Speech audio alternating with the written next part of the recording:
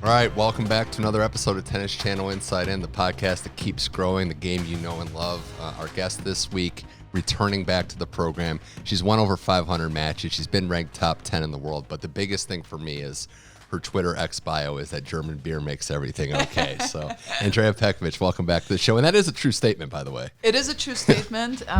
There is no joke to be found in that statement. It's all truth. And am I the first one to return 3 times, or did you have guests? No, we've had a few. You're getting up there, though. You're in rarefied air. We've had a few weekly shows, and we try to get like 2 guests, so it does kind of add up. I'm pretty happy and grateful for my tennis bubble, but I was doing some research on that German beer quote, with Kolsch's this weekend. No free ads, but, there's some places in town.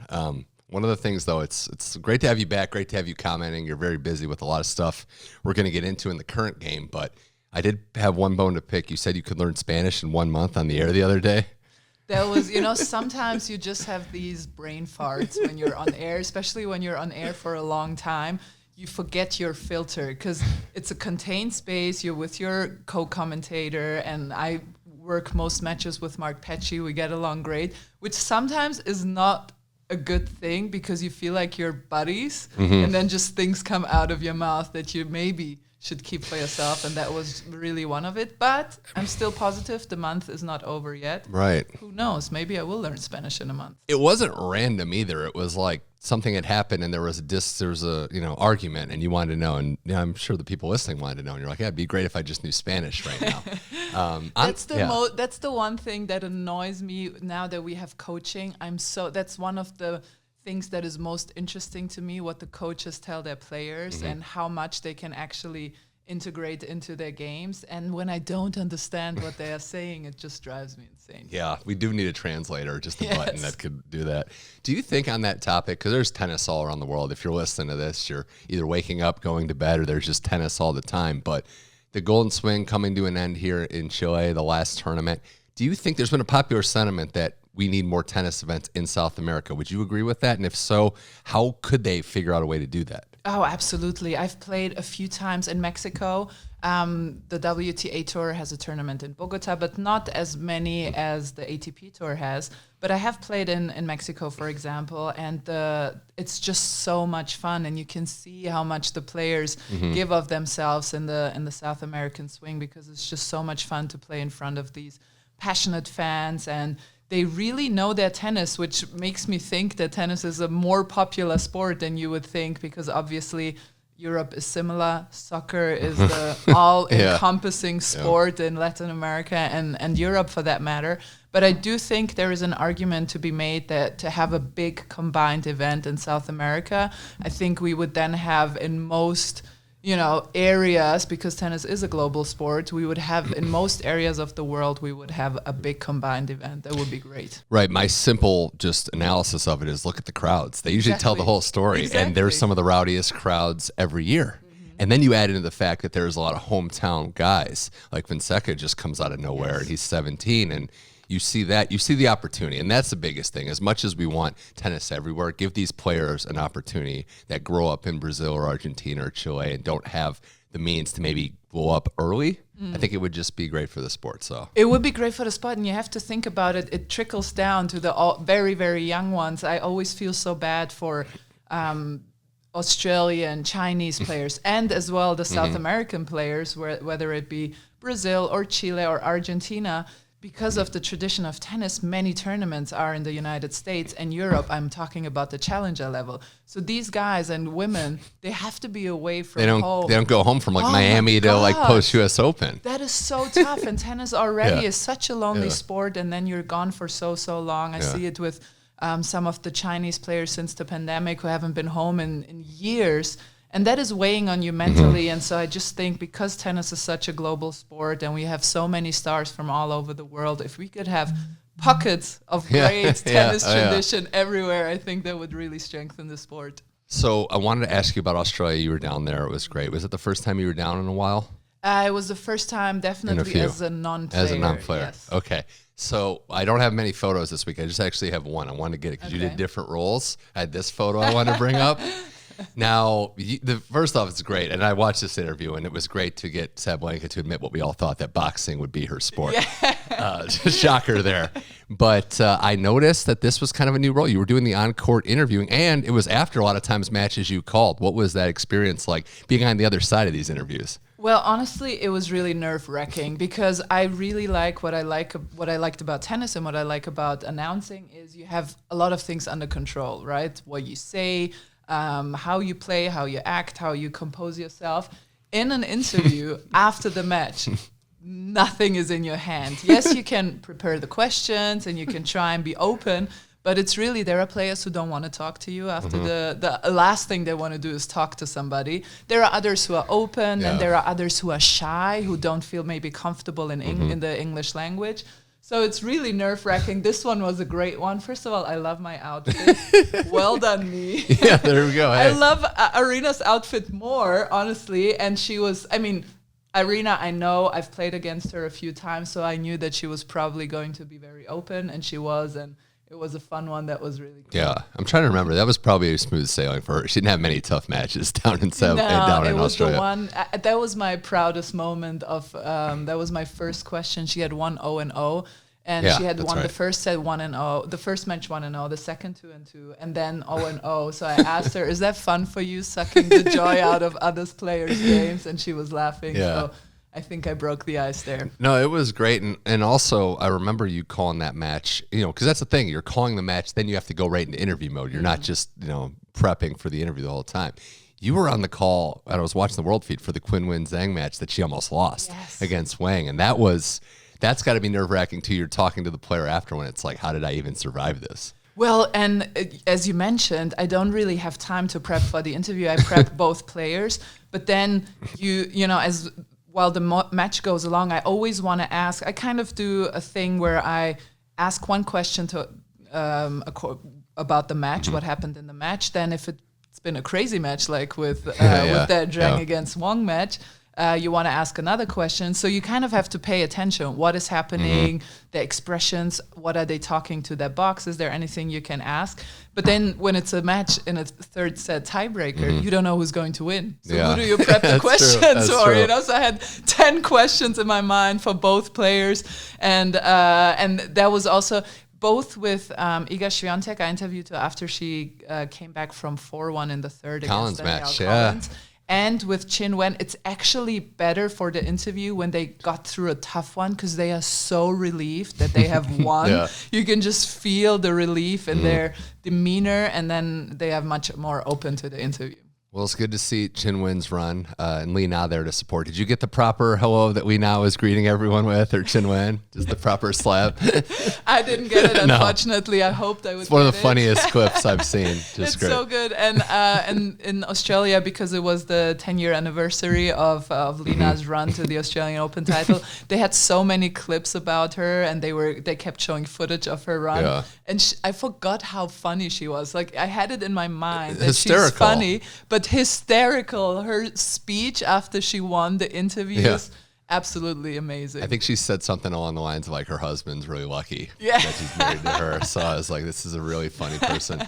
Well, Australia's in the rear view, but I mean I do think, Andrea, that we're going to look back at this and think this was kind of a transcendent moment because Sinner breaks through, first major of maybe we think many, and Sabalenka backed it up, and she had been having issues. She'd been so consistent, but she got that 2-slam club, that rarefied air. So I do think we'll look back at AO24 as a transcendent time. I absolutely think so too. I agree with you 100%. And I think if we look back on 2023, Aryna Sabalenka had a real shot at winning all 4 Grand Slams, if you think about it. She won the Australian Open. She was up 5-2 with a match point in the third set against Mukova in the semifinals in the French Open.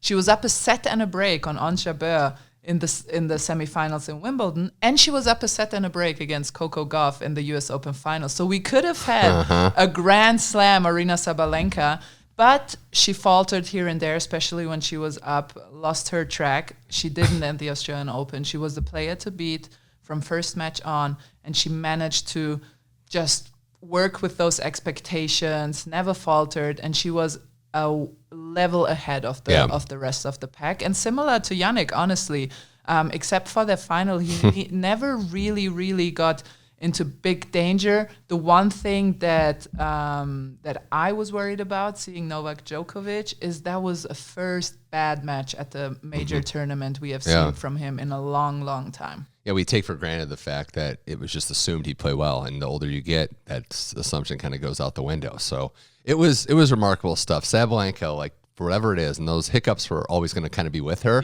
but the game's always going to be with her too, and she's just proven that she's very comfortable down in Australia. Yeah, exactly. And we were in the green room, and I don't remember who said it to me, but she was playing so well. She was beating somebody else easily. And one of the commentators, maybe it was Mark Philippussi, said to me, "This girl shouldn't lose at all at this level of play." And in that moment, I really agreed with him. But you know, the fun part about Aryna Sabalenka is that sometimes it can go off, but it's more fun when she's on and when she's playing well. She puts in that proper off season too. I don't think it's a coincidence that she plays well in January. And I honestly, sorry to interrupt you, but I honestly think that loss against Coco Gauff in the US Open final was the best thing that happened to her, because I had the chance to interview her right after she won the Australian Open. She came into our studio, the World Feed studio, and I asked her, "Aryna, you look much more like an all-court player. What happened in the off-season? Like, what was your thought process?" And she said, "You know what? When I lost to Coco, I realized I need a B plan. I was hitting the ball well, I was playing well, but Coco was getting everything back, and I just at one point didn't know how to win a point anymore or how to make a winner. So I was working on my net game, I was working on more variety, and I really think that loss against Coco actually was really, really important for her." I completely agree, and she has a B game that's super scary for the WTA Tour. We've had our first 1,000-level event in the WTA, won by Jasmine Paolini over Kalinskaya. So I don't think anyone had that final written down before. But what a breakthrough. I mean, props to Kalinskaya for getting to the final, but Paolini into the top 15 has worked very hard to get to this point and was trailing in almost every match. She proved that she has that grit and determination. But it is kind of a tennis life-changing win for Jasmine Paolini. It absolutely is. But I will say for both, for Kalinskaya and Paolini, both of these players have been playing really well for the past month. Rarely ever does a big win like that come out of complete nowhere, out of complete nothingness.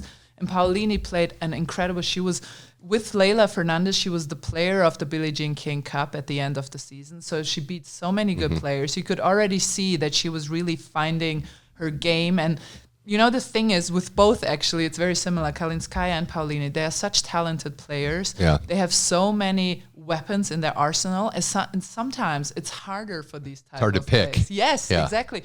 I take myself as an example. I wasn't as talented, but it was simple for me when I didn't play well. I knew what I had to do to play well again. I needed to work hard, I needed to be fit, and I needed to stand on the line. That was it. For somebody like Paolini, who can play a drop shot, can play at the net, can play spin, can play hard, which shot do you pick? And I think she's finding the structure, and she's finding the way that she needs to play to win these big matches. And Anna Kalinskaya was already playing well at the Australian Open. Nice to see them both back those performances up. And yes, it was surprising, definitely.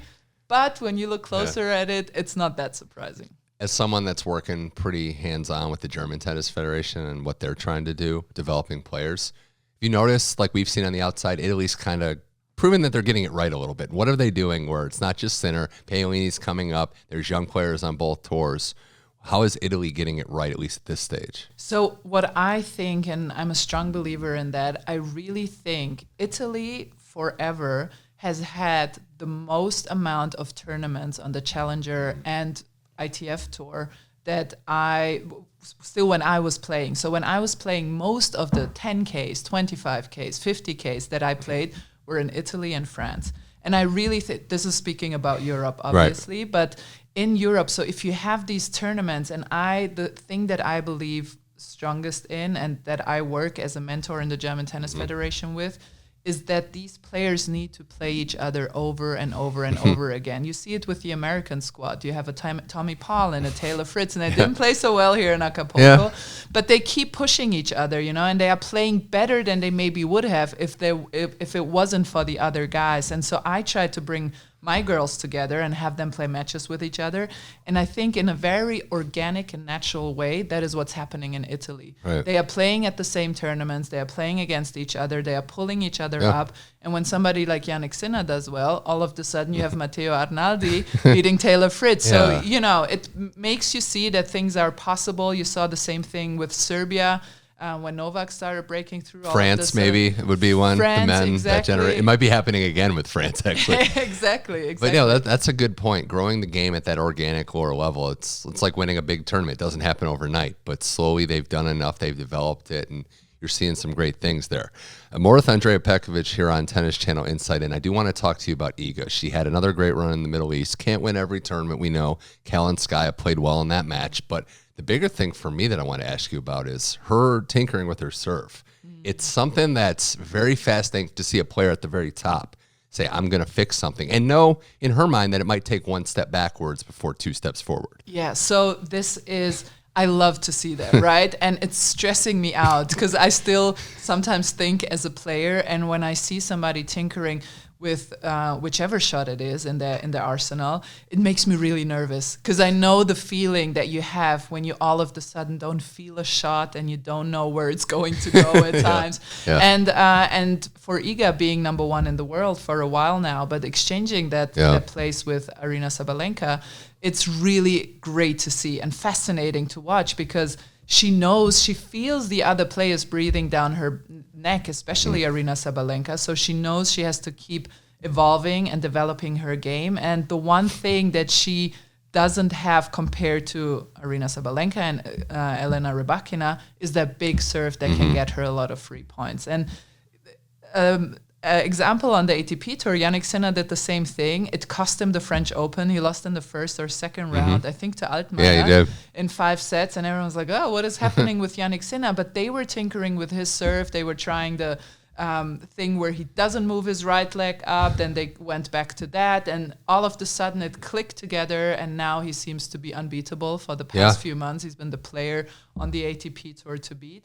And hopefully the same thing will happen for Iga too. But it is risky, and it is always the question: do you go ahead and do that? We talked about it last time with Coco Gauff's forehand. Do you go ahead? Do you try and do it, or do you stick with what you have? Especially when you already have won major tournaments. That's what's the craziest part. She's super young, and she is very process-oriented. It's a smart thing to do. It's unlocking that extra potential, which who knows what that could lead to, even more dominance. But Sinner at the time was young also, but hadn't got to the mountaintop yet. She has. So that's the part that's fascinating, that she's looking at the big picture, even when she is number one in the world. So. Yeah, and I really believe that Iga will find a way, but I have one negative example, and I'm really trying to separate this from Iga now. But Martin Keimer, the golf player who was number one in the world and who won the US Open, I was friendly with him for a long time. I haven't seen him in a while, but I was friendly, and he told me this thing when he won the US Open. He never played well in Augusta, and now I don't know anything about golf. Forgive me.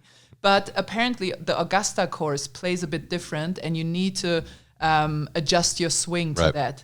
And he tinkered with his swing, and he kind of lost his confidence and never found it back for a long, long time. So that's what I mean. Just this is not an example to show, Iga is not going to make it. It's just an example that there is a risk involved, yes, and that you need to bring respect to those players that do it and try to get to unlock that other level. Do you think this is going to be a year? It's like a quick question. Do you think it's going to be a year where we're going to have like multiple women major champions? Like, are we looking at 3 different women winning majors this year? Or do you see?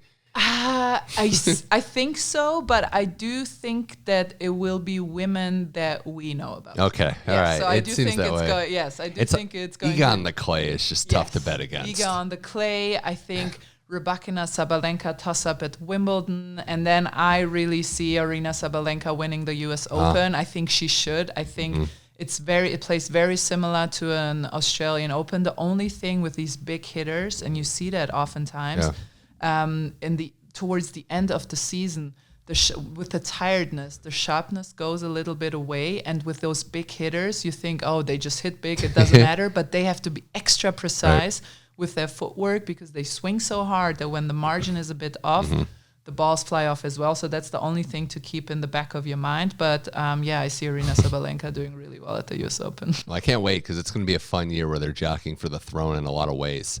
On the men's side, you've been calling a lot of these matches in Acapulco especially.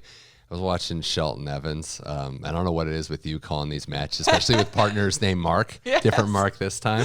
Yes. But that was an insane match. I think my jaw about hit the floor when Evans hit that like fadeaway, fall away overhead. Oh my God. But Ben Shelton winning that match was impressive because he found a way, and it's not always pretty, on the tour, but the objective is survive and advance. And Shelton winning, breaking back was good for his confidence now in a tournament that is opened up considerably. Absolutely. I think many, I know many of the favorites have left the field. There is a big opportunity for Ben. And I have to say this was one of the more impressive matches I've seen from him, maybe the most impressive. The reason being, we saw what he can do when everything clicks into place. He can hit anybody off the court. But I called a few of his matches last year when he was not doing that well. And when he couldn't find a way and lost the first set, it kind of went downhill really quickly after that. And he really pulled himself together. You could see that he was struggling to just keep calm and carry on. And he managed to do so. And he found a way. And what was so impressive with Ben, because normally you think of him as the guy who needs to win rallies by shortening them. And in the end, he was the better rally player, and he wanted to get in those longer rallies because he was playing better and better and more solid. And I think that was really a Ben Shelton that has unlocked another level and that will be out there for a very long time. The opportunity's there. Fritz is out. Zverev is out. Tommy Paul's out. Jack Draper has been playing pretty good, though. De Minaur, Tsitsipas still in, and I was just thinking De Minaur playing the best tennis probably of his life. But that number 0-10 versus Tsitsipas, did you ever have a number like that against anyone growing up? And how do you, because De Minaur is playing better than he's ever done, but how do you get past that? I've literally never beaten this guy. It's really hard. Listen, I think I had an 0-6 or 0-7 against Agnieszka Radwanska. Yeah. I feel like we talked about her already here. Right. And the worst part about that is not that I lost 3-3 every time. Oh, yeah, they were so battles. Close every single time, and I never managed to get over that hump. And it is in the back of your mind. The tournament where I played by far my best tennis in Beijing, it was the Masters 1000, WTA 1000. I was playing my best tennis. I was in the final. I was up 4-2 in the third set. And there is just a little obstacle in the back of your mind. And she played well, and she beat me again, Agnieszka. And when she retired, I was so angry because I wanted to get that one win. Well, hey, there's always, the exhibition circuits and stuff. Exactly. De Minaur, what he's done, how he's we talked on this last week, how he's, added some weight, added some strength to his shots. And Tsitsipas' confidence can be up and down, though he looked pretty good in the start in that match against Safiullin. But you get the sense that De Minaur is building towards bigger and bigger results. And on the flip side of that, Tiafoe last night, a match you called, survives against Max Purcell. It was a big one because you can kind of feel with him the dam getting close to bursting. Like there's a lot of pressure on him, and you know how it compounds week to week when you don't have that result, and suddenly Indian Wells is coming up, semifinal points. That was a much more crucial win than I think most people realized. Tiafoe holding on yesterday. Absolutely. I really feel for him, and this is the toughest part. When you have a player like Francis who lives on the joy of the game and who lives on playing the game rather than working the game. And I always think of one thing that Alexander Zverev said when he beat him at the French Open last year. He said in the German interview that I listened to with Boris Becker, actually, he said, Boris asked him, what was the goal today? Like, what was your game plan? He said, honestly, I just tried to suck the joy out of the game. I tried to not get engaged with the crowd. I tried to play as robotic as possible. No games, no net play, no drop shots, just play cross court and try to suck the joy out of the game. And I think what has been happening to Francis a little bit is the pressure of playing well is mounting, as you said. And so he's lost that joy a little bit. And I think yesterday, coming through that really, really tough second set, he had to save a lot of break points. Maybe that could reignite that joy. And if it happens, it will be in Acapulco because the crowd really gets into these showmanship players. And I really hope he finds that again, because you have these type of players, similar with Carlos Alcaraz, if you see him. When the pressure hits him, he loses the joy for the game. On Jabeur, exactly the same. You have these players who need to play the game to play their best, and Francis is one of them. And hopefully that match yesterday turned it around for him. We're going to pay attention to that one. I did want to get your thoughts on some of the women's events going on. And I know there's a 250 in Austin, but the player I want to focus on because of her year and her announcement was Danielle Collins. So she said this is going to be, it was kind of an interesting, she loses that match against Iga, says this is going to be my last year. Has played decently well since and had Iga in that match as well. But do you think it's maybe more freeing, Andrea, that she knows this is the last year, I'm going to go through it? Like her play hasn't dipped, and it's also the debate of, is it better to just announce your retirement or just hang it up after the very last match? So I hope it was kind of an impulse thing. You know, you lose a match, you're frustrated, you're like, I'm going to retire. I said that throughout my career at least 150 times. So I'm kind of hoping that's the case just because she is playing so well. Already in that match against Iga, I personally believed, and I said it at the time, if Danielle had played a bit better the previous months, because she hadn't won a lot, I think she would have beaten Iga. But in that moment, she hadn't won so many matches, and you could see the doubt creeping in. So you could just see that she was playing well. She beat Angie Kerber in the first round. So it was a tough draw, and she was presenting herself really well, has played well since then. So I'm hoping it was an impulse thing that she said, and it's not the truth, but she does look freed up. I do think that she plays with a lot more freedom, swinging at the balls like she used to with full conviction, and that's the most important part with her game. As we record this on Wednesday, the news came out about Andy Murray after the match today. He lost a tough-up match against Ugo Humbert, who's playing exceptionally well. Should point out these players that are beating Andy Murray are by and large really good players. That said, he came out and said, look, I'm probably not going to play past the summer. It's the first time he's really talked about the finish line. It isn't too shocking. I wanted your perspective on this, and also I hope that it's not, because he mentioned getting asked about it every week and how annoying that is. I hope that's not taking the joy out of it. I hope this is a decision he had in his mind because it's his right to when he ends his career. But look, he's a guy that expects to win, and when it's not happening, I don't think he was going to play indefinitely.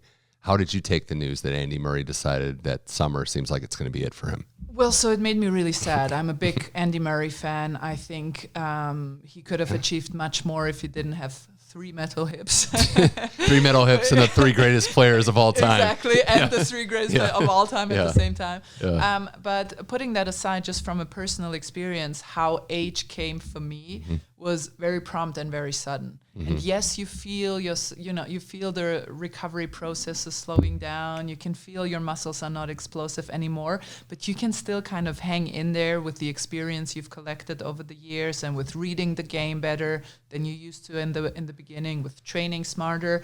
But in the year I retired, all of a sudden I was old. It was really, it almost felt like from one day to another. And what I mean by that, all of a sudden when I did have a little injury, it wouldn't go away anymore. It took me 2-3 weeks, and it was July, and I looked back at my season, and I had missed most of my training days because I was sick or injured or didn't feel well or was tired.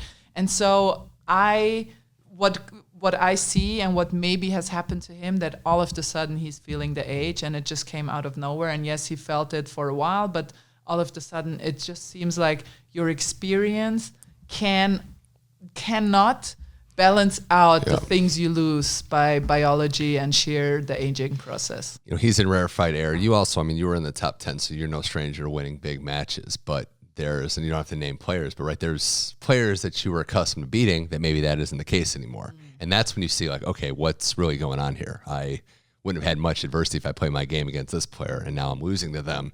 That's got to be a tough thing for anyone, let alone a 3-time major champion. Yeah, so it's actually good because I was a good player, but I was never a great player. So it's really good to have my example. So I felt when I played my best, so we have a camera here, but for those who are just listening to the podcast, I'm sorry, I'm drawing a line with my right hand. So if this is the pack of all the players, when I was playing my best, I was here, right? Okay. So just above it. So when I started getting older and worse, all of a sudden I was at the same line as the pack, right? So if I had a bad day, I would lose. Andy Murray, Serena Williams, Novak Djokovic, these type of players, they are way ahead of the pack. So when they start aging and start playing worse, they are still a little little bit above the pack. Yeah. You know, they are still Yeah. beating most of these players. Yeah. But however, at one point, the biology just catches up with everyone. And I was very fast, but even with me, it caught up. Caught up, yeah. And so at one point, you're all of a sudden on the same line. And I just think for them, it's harder to take because they are used to being so much better for the longest of times. And for me and my ego, not having been a Grand Slam champion was maybe a bit easier compared to them. Well, there's a big tournament in the summer that he's won twice, so I would assume that might be where he hangs it up if that's the decision. But again, play as long as he wants. We'll see what we have left with Andy Murray. But always keep in the back of your mind, players say weird things after they lose. So just, you know, there's like, just remember when Andy Murray retired and the Australian Open played this huge thank you video. Hilarious. And then he's like, I don't know why they played that. And then in Doha, he was like, just kidding, I'm back. That was so funny. He had Nadal and Djokovic and Federer saying we love playing you. And he's like, I don't know what that's for. That was my favorite moment in tennis history, honestly. It's tough to beat. Wrapping things up with Andrea Petkovic, a few more things I want to get your thoughts on. I did think of you for one thing in particular. Aryna Sabalenka has been playing great tennis, right? And it's a very difficult player to play against. What's the player's perspective of when you're on the other side of the net from someone like her, when there's going to be games, let's say, played? How would you handle that in your playing days? Well, first of all, there is no perspective because the only perspective when you play Ostapenko is how do I survive? Speaking about the tennis, because she takes so many risks, it's really very little in your hands. You just kind of have to stay in there, keep focused, and wait for an opportunity when she gives it to you.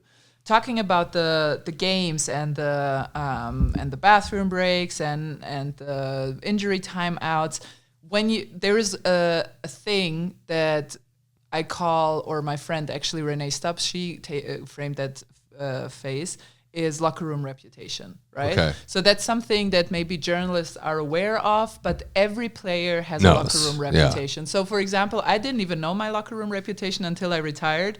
And a lot of players and coaches came up to me. I was like, oh, you were always such a fighter and you were so competitive. And I guess that was my locker room reputation. And I was very competitive and I was a fighter. There are other players that have locker room reputations in the terms of they will delay the game, they will maybe go to the bathroom, they will maybe take a medical time out, and you just are mentally prepared when you walk onto the court with that. Right, and I think with Ostapenko, it's more the energy and kind of the outburst with maybe some calls in and out. I wouldn't put her in that. And I know the group. She's actually quite tough. Yeah. I know the group.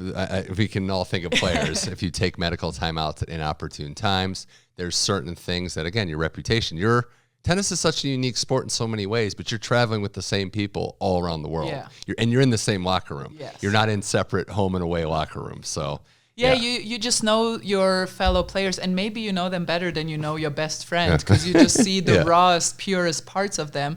And you're absolutely right. Aryna Sabalenka is actually quite tough. She is.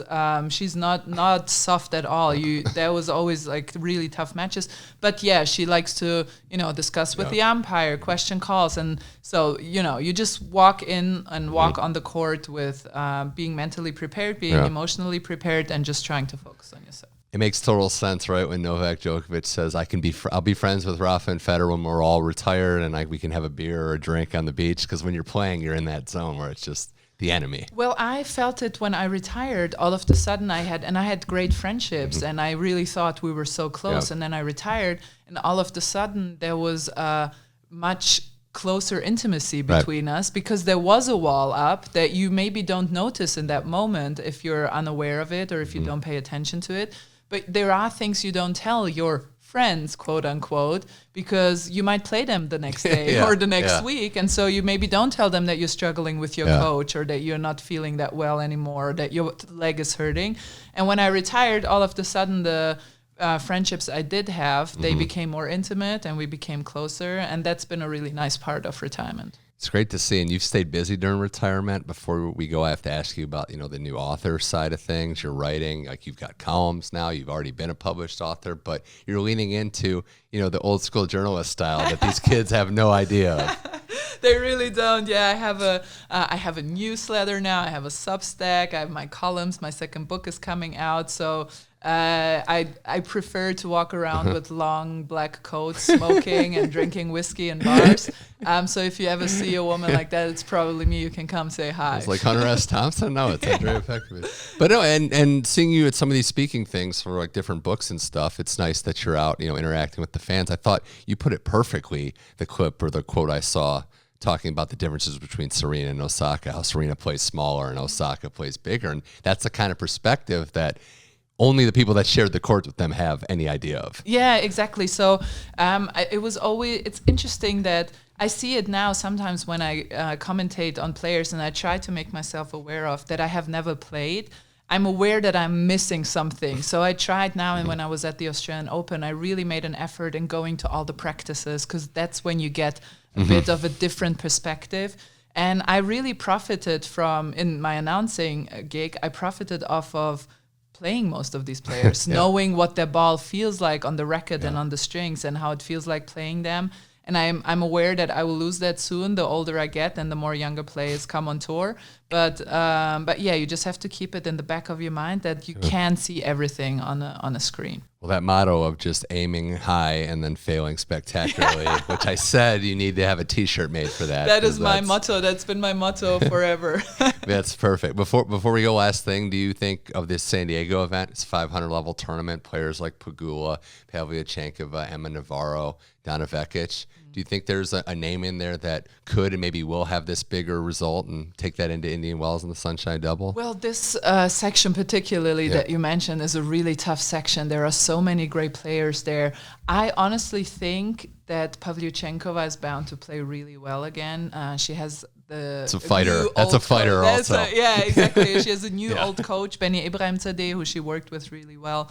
And I saw her in Linz. She's hitting the ball real well as long as she keeps healthy. And her knee is okay, her big injury. I think she is bound to make a big splash in the Sunshine Double. Forgot about Haddad Maya as well, another one to watch. She's another one of these big, heavy hitters. Andrea, this was fun. We're going to do this twice a year, so I'm going to see you again in the summer for sure at some point. And I did have the final parting shot. Is any other hobbies? I know sailing was the big one last time. Oh, yeah, I did never follow through with that. Well, now my new hobby is learning Spanish in a month. 1 month. We were timing you. You got 30 days. Hello, Duolingo. Do you want to sponsor me? That's perfect. Andrea Petkovic, thanks again for joining Inside In. Thank you, Mitch.